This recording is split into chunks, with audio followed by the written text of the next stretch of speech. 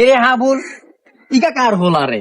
এটা আবুল্লাহ হলা না। দেখছিস না কি বেদব, হ্যাঁ আর সামনে যদি টিকিটটা নিয়ে যায় হেতার হুমায় না থাকতে চকলেট খেতাম না, হেতার সামনে বিড়ি খাই এমনি ধোঁয়া খাইছে দেখছো তো তুই?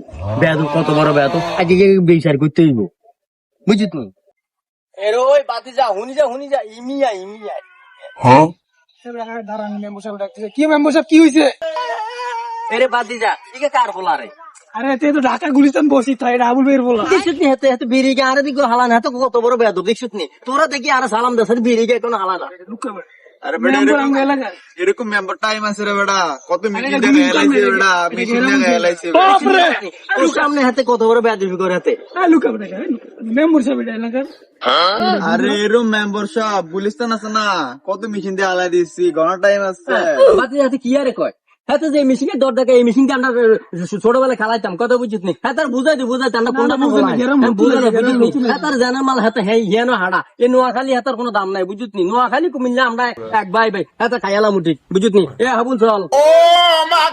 আবে হালা হাসা কইলো নি মেম্বার আরে ও বেটা মেম্বার সাহেব আগে মাসে 2-3টা মার্ডার করছে। বাপরে যা কথা বাড়ালাম